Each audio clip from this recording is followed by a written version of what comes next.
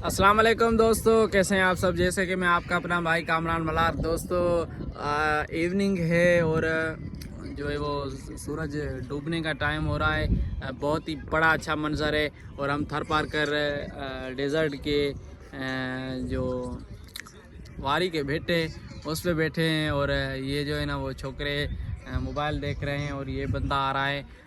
लड़का बहुत ही अच्छा लड़का है। ये आ रहा है, बहुत अच्छा इंसान है।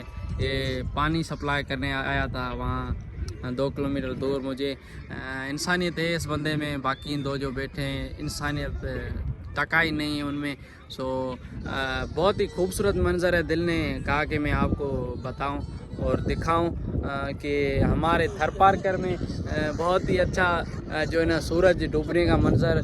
और एक यहाँ से भी लड़का आ रहा है जिसका नाम है रेहान। और अब मेरे यूट्यूब चैनल को सब्सक्राइब करें। अब मेरे यूट्यूब चैनल को सब्सक्राइब लाजमी करें और घंटी के बटन को भी प्रेस करें। Thank you. सिंध सलामत, साथ सलामत। Love you all. पाकिस्तान जिंदाबाद।